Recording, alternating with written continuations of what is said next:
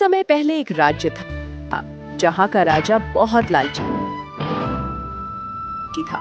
उसे सोने चांदी और खजाने का इतना शौक था कि प्रजा की भूख प्यास की चिंता भी भूल जाता था।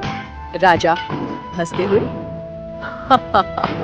जितना सोना मेरे पास है उतना किसी राजा के पास नहीं, लेकिन मुझे और चाहिए, बहुत और। किसान, महाराज फसल सूख गई है, थोड़ा अनाज दे दीजिए। राजा गुस्से में, दफा हो जाओ, मेरा खजाना किसी गरीब के लिए नहीं।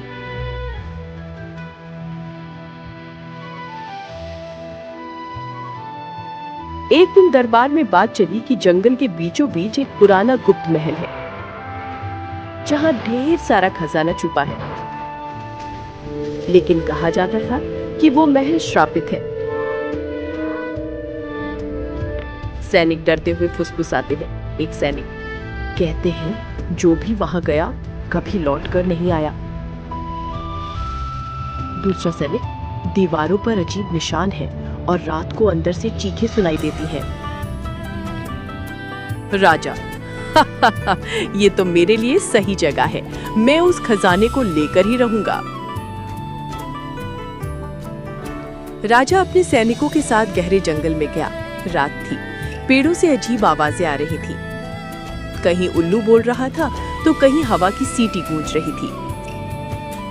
सैनिक कांपते हुए मशालें लेकर चलते हैं। सैनिक, महाराज मुझे अच्छा नहीं लग रहा, वापस चले। राजा गुस्से में, चुप, अगर डरते हो तो यहीं रह जाओ, मैं अकेला भी चला जाऊंगा। पेड़ों की छाया में महल का टूटा हुआ दरवाजा दिखता है। राजा और सैनिकों ने दरवाजा खोला। अंदर अंधेरा था। दीवारों पर अजीब चिन्ह बने थे। हवा में गंध थी, जैसे सदियों से कोई वहां आया ही न हो। मशाल की रोशनी में दीवार पर लिखा दिखता है, लालच करने वाला पत्थर बन जाएगा।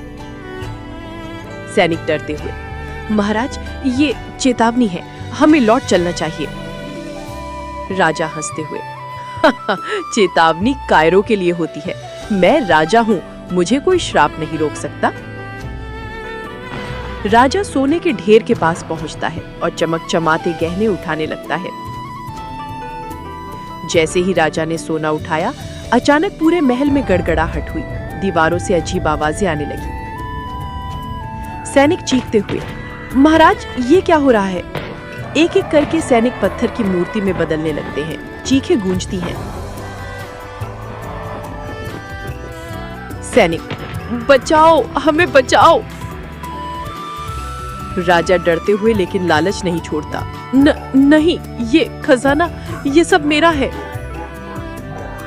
धीरे धीरे राजा के हाथ पत्थर बनने लगते हैं। तभी अचानक एक तेज रोशनी फैली। वहां एक साधु प्रकट हुए। साधु, राजन, मैंने तुम्हें चेतावनी दी थी। लालच सबसे बड़ा पाप है। जो अपनी प्रजा के लिए जीना भूल जाता है, उसका यही हाल होता है। राजा रोते हुए, महात्मा मुझे बचा लीजिए, मैं अपनी गलती मानता हूं। साधु कठोर स्वर में, तुझे अपनी जान नहीं, प्रजा की याद आनी चाहिए थी। फिर भी मैं तुझे दूसरा मौका देता हूं। साधु मंत्र पढ़ते हैं और राजा फिर से इंसान बन जाता है, लेकिन खजाना धूल में बदल जाता है। राजा कांपते हुए घुटनों पर बैठ गया। उसने साधु को प्रणाम किया और कसम खाई कि अब कभी लालच नहीं करेगा। राज्य में लौटकर राजा भूखे लोगों को अनाज बांटता है।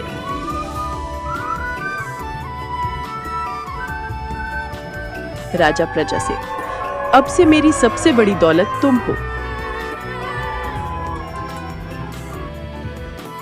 और इस तरह लालची राजा ने सीखा कि असली खजाना सोना चांदी नहीं, बल्कि लोगों का प्यार और विश्वास है। और कहानी देखने के लिए टून कहानी को सब्सक्राइब करें।